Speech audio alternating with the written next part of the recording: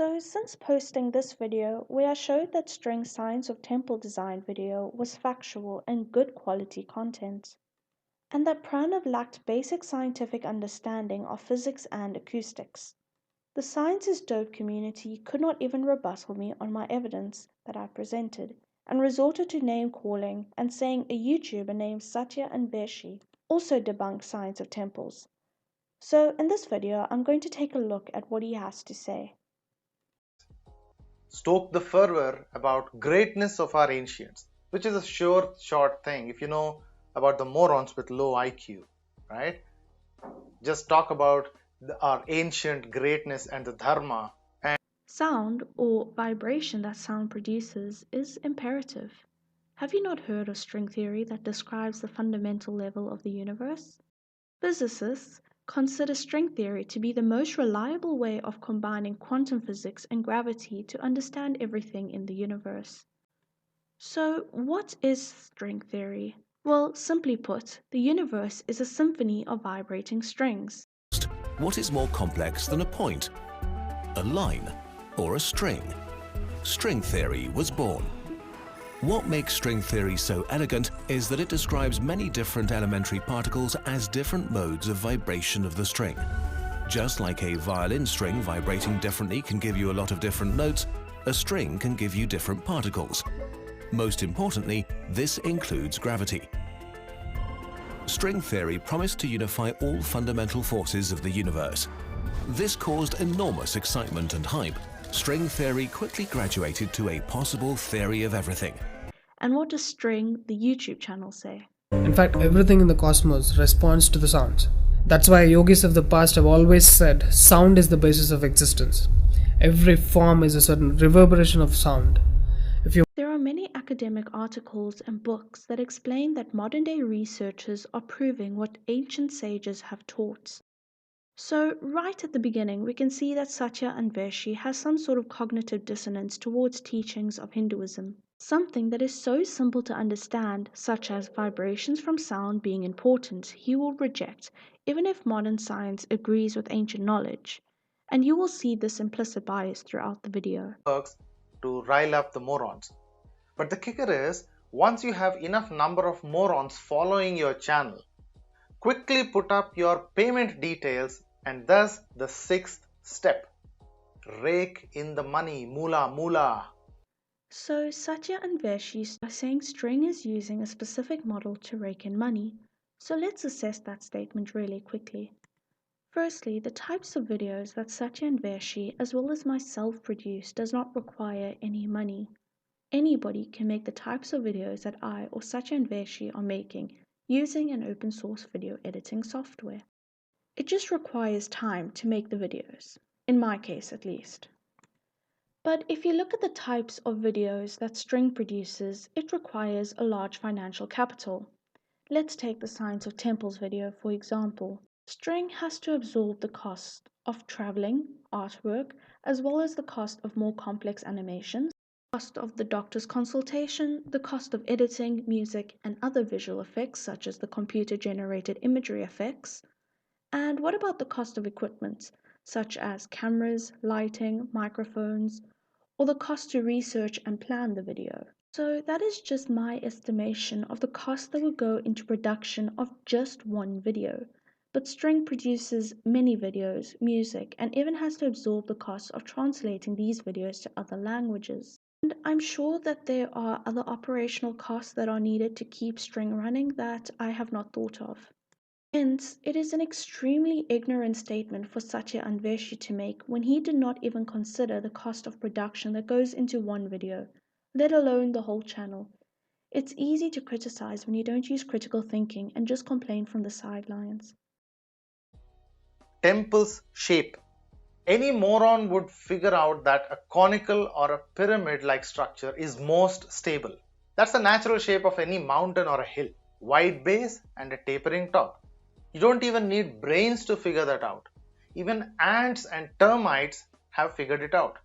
All of their structures resemble some sort of a cone. I mean, no one needs to figure it out. Any other shaped structure would just topple over in years, decades, or centuries. That's just gravity and physics. Only the ones that stood the time and erosion exist for us to marvel. Humans figured it out and made all their structures in that shape all across the world. There's nothing magical or mystical about a pyramid. Structures, ancient structures constructed in the shape of a conical or a pyramidal type of structure. That is the shape that lasts millennia, thousands of years. It is just stable because of common physics. So, what you just heard from Satya Anveshi is incorrect, and I'm sure the people who are in the construction industry who just heard what he said are cringing. Pyramids or conical structures are not the only structures that stand the test of time, and in fact, many different shaped ancient structures are still standing in very good condition. This man does not understand the basics of construction and thinks that a simple Google search validates his opinion. The reason the pyramids of Egypt has stood the test of time is not because of its shape, but primarily because Egyptians constructed joints that were so tight water could not get in. They also used hard stones like granite so that water did not penetrate it. Also, is Satya Anveshi seriously going to pretend like the pyramids are the only thing left standing in Egypt, when Egypt has a variety of ancient sites that are not in a pyramid or conical structure at all, and some of these Egyptian sites even has the top as wide as the bottom, so this idea of a big base falls flat. The Mayan pyramids he showed stood the test of time not because of its shape, but rather because the walls were faced with adobe brick and covered with limestone. Limestone is one of the most durable materials in the world because it is dense, weather resistant, and has less pores. Less pores means that it's harder for the stone to break and it can therefore withstand abrasion. There are aqueducts from ancient Rome that are still standing to this day, thanks not to the shape of the pyramids as Satya Anveshi implies, but due to the arches and the strong stone material used to create the structure. What about the Great Wall of China, where construction started in 700 BC and still stands to this day? The reason it stands is not due to Satya Anveshi's idea of a pyramid structure. The reason this ancient wall still stands is the material, sticky rice mortar. Sticky rice mortar was used to bound the bricks so tightly to the point that many areas of the wall have not even had weeds grow out of it yet. I also think that it is a major disservice to Indian architecture to imply that all structures are standing due to a pyramid or conical shape, when Indian architecture in reality is so diverse and so intricate. What would be the amount of echo? Obviously, much more than the open. The sound made by bells and chants do not stay in the area. Nowhere in the video does String say that sounds stay in the area. Listen carefully. He says that sound will travel out of the only exit. Sound will touch the stone and bounce back in different directions. Because it's a closed room, the sound has to pass out through the main door. How else to explain to morons that energy is not a thing that you hold? This moron Vinod shows graphics about echoes and shows as if stones return the sound energy. Echoes die out. You realize that, right? If stones return the energy in full, the sound should never reduce. One sound should reverberate all the time. So I'm not sure which video Satya Anveshi watched, or maybe he just doesn't have the comprehension skills to understand. But nowhere in the video did String say sound energy is not dissipated. Where did String say echoes last forever? In fact, String explicitly states that songs are continued constantly throughout the day. Since thousands of years, they are sending some sounds to the rock continuously, right from the morning to afternoon to evening till night, every day. Is Satya's argument seriously so weak that he has to make up things that String never even said? Experiment. You are sitting in a closed room and playing loud music, any kind of music.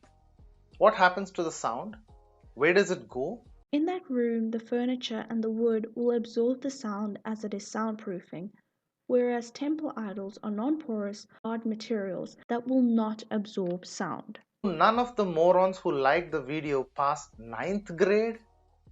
Did no one read anything about law of conservation of energy? I mean, how low your intelligence has to be to believe that a temple bell or a Sanskrit chant will keep the energy in that area for long. You are surrounded by energy. What kind of bullshit is that?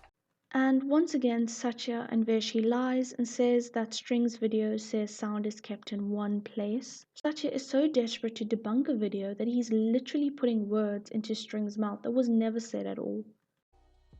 And he shows clippings of videos where water and fire and sand respond to sound. And his imbecile fans just lose their mind over it, as if it validates anything. The sound energy from those devices used in those videos is pretty high. And the sound made by humans, the voice of humans and the bells are pretty low in volume, strength, frequency, and amplitude. A human voice does not have enough energy. This man is proudly showing his ignorance. In the study of psychoacoustics, it explains that the specific range of sound humans can hear is from 20 Hz to 20,000 Hz, and that different human voice sounds trigger different moods and emotions. The Public Library of Science Journal published an article that showed when listening to the human voice, EEG readings displayed that motor action is stronger than non-vocal melodies. Simply put, human voices make the brain's motor functions react quicker than any other known sound.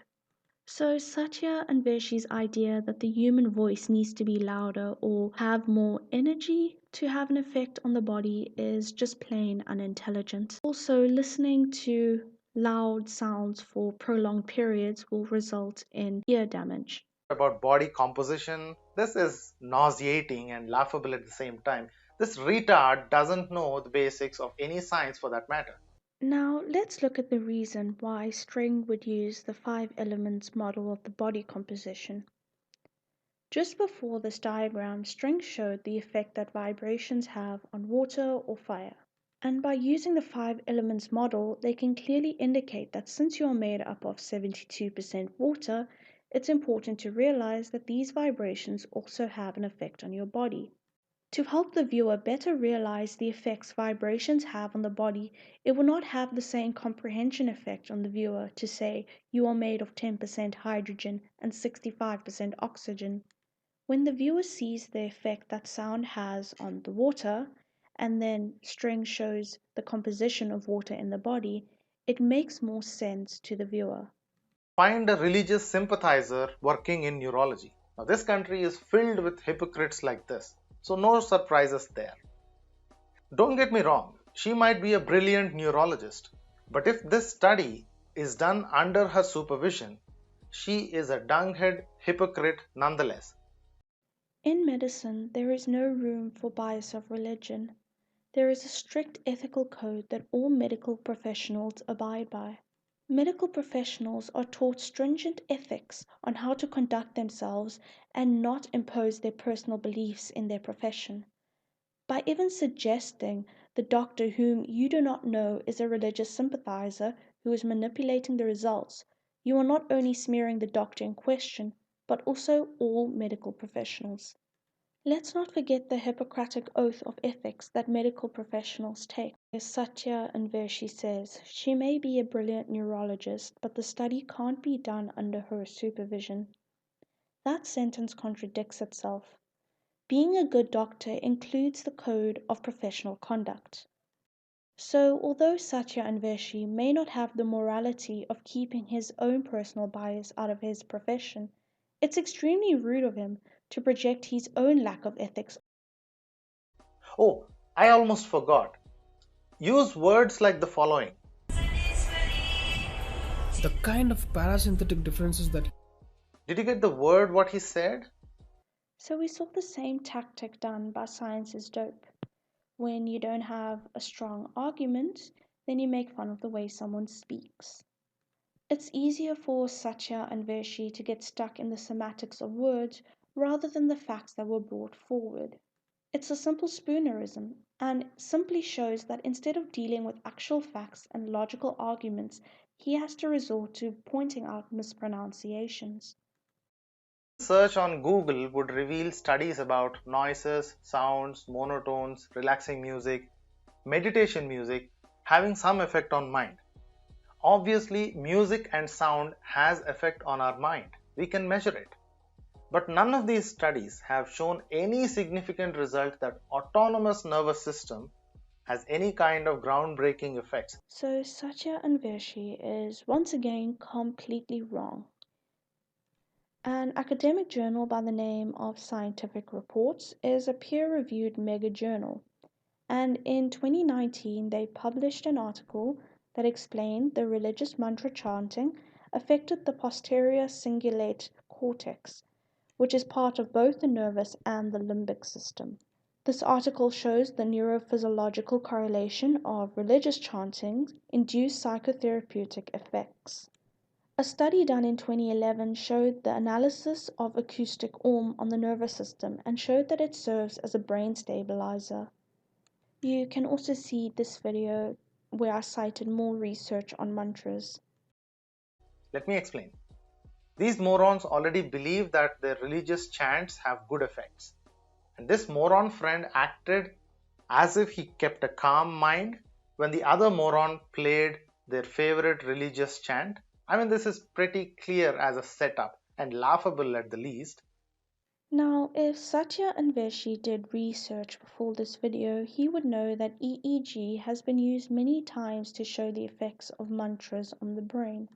Now, you can't exactly cheat on an EEG reading, as doing something as simple as smiling gives a different wave pattern on the EEG. Not to mention that when Rahul sat there, the first reading on the screen would be when he was in a relaxed state, and the doctor knows what the starting point of the relaxed EEG reading looks like. And therefore, any changes in the reading would show what would happen when the mantra was played while he was still in the same relaxed state as before the music. And therefore, String can conclude that this change in the reading is the effects that the mantras had on Rahul. Come on, are you kidding me? Is this how you function in your real life? Pathetic, I say.